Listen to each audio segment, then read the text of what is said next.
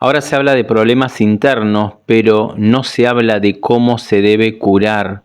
No creo que no se haga nada y uno se cure de la nada. Sería bueno que se hable de cómo curarlo. Eso ayudaría y no solo se diga de la emoción. Puede curar los traumas y heridas, pero me imagino que algo más se debe hacer.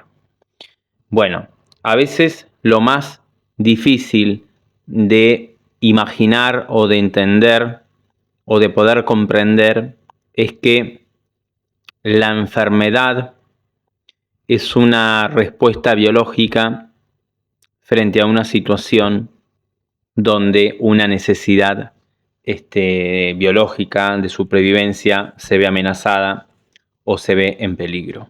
Por lo tanto, este concepto que nos han instalado ya desde hace cientos y cientos de años, el concepto de querer curar la enfermedad, porque la enfermedad es algo malo, es algo que viene por azar, porque es multifactorial, porque tuve mala suerte, porque es genético, hereditario, porque son bichitos que andan en el aire, porque tuve mala suerte, porque estoy pagando un karma, o porque la vida es así, entonces tengo que salir a buscar a alguien que me cure.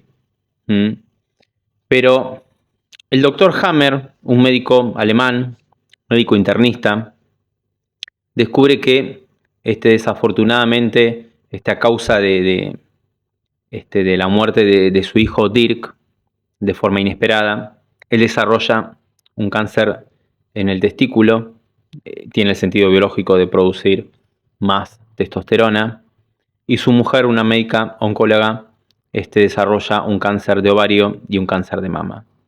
A raíz de ese evento desafortunado, él empieza a investigar, empieza a entrevistar a todos sus pacientes y empieza a descubrir, a darse cuenta que detrás de cada enfermedad, detrás de cada cáncer, había un shock biológico que después él denomina el DHS, el Dirk-Hammer Syndrome, que es un evento donde la persona vive de forma inesperada, dramática y en soledad, en aislamiento, que impacta en los tres niveles en simultáneo, ¿sí? En la psique, en el cerebro y en el órgano encargado de satisfacer esa necesidad biológica. Por lo tanto, cuando nosotros comprendemos de que la enfermedad simplemente viene como respuesta adaptativa, como un recurso inteligente para que nosotros podamos enfrentar una situación de una mejor manera, a partir de ese momento el concepto de curar se derrumba, se desvanece, desaparece. ¿Por qué? Porque el ser humano tiene una serie de necesidades biológicas, las necesidades más de supervivencia, arcaicas o vitales, atrapar el bocado de alimento, de oxígeno, visual, auditivo, poder reproducirme, poder tragar ese bocado, digerirlo, asimilarlo, expulsarlo, necesidades de hacer un uso eficiente de su alimento, de su recurso, de deshacerme del bocado, ahí cae el colon, de reproducirme, de atrapar el bocado de agua, está el retener líquido cuando lo considere necesario, porque el líquido representa a que voy a estar, digamos, a mantenerme con vida, porque el agua representa el mantenerme hidratado, de que voy a permanecer con vida. También tenemos necesidades de proteger mi integridad, de poder defenderme, de estar en un lugar seguro. Ahí aparecen, digamos, órganos que tienen que ver con la protección, la dermis, el corión de la piel, peritoneo, pericardio, pleura.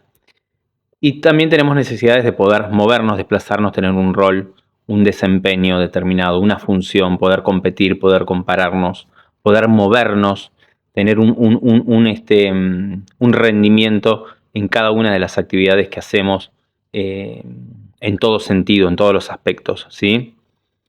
Y ahí tenemos toda la estructura osteoarticular, musculoesquelética, tendones, músculos, ligamentos, huesos, ganglios linfáticos, sangres, tejido conectivo, tejido graso, la musculatura estriada, que sirven para que nosotros podamos tener ese rendimiento, ¿sí? Que podamos ser reconocidos.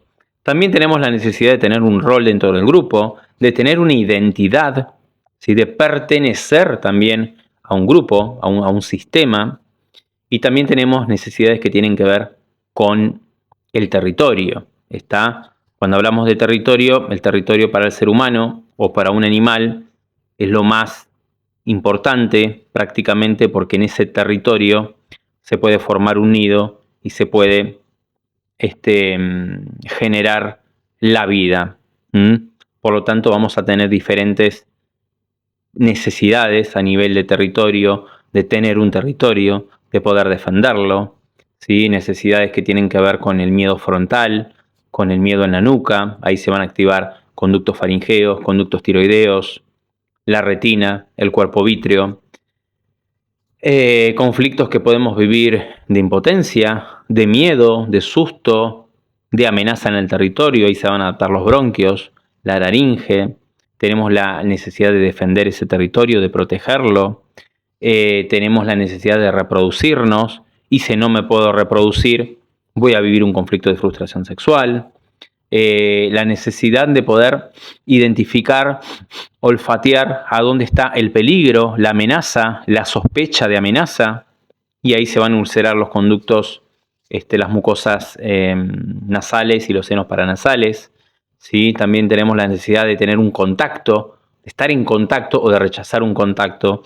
Ahí caen todos los conflictos que tienen que ver con la epidermis, ¿sí? Dermatitis, urticarias, vitiligo, rosácea, psoriasis.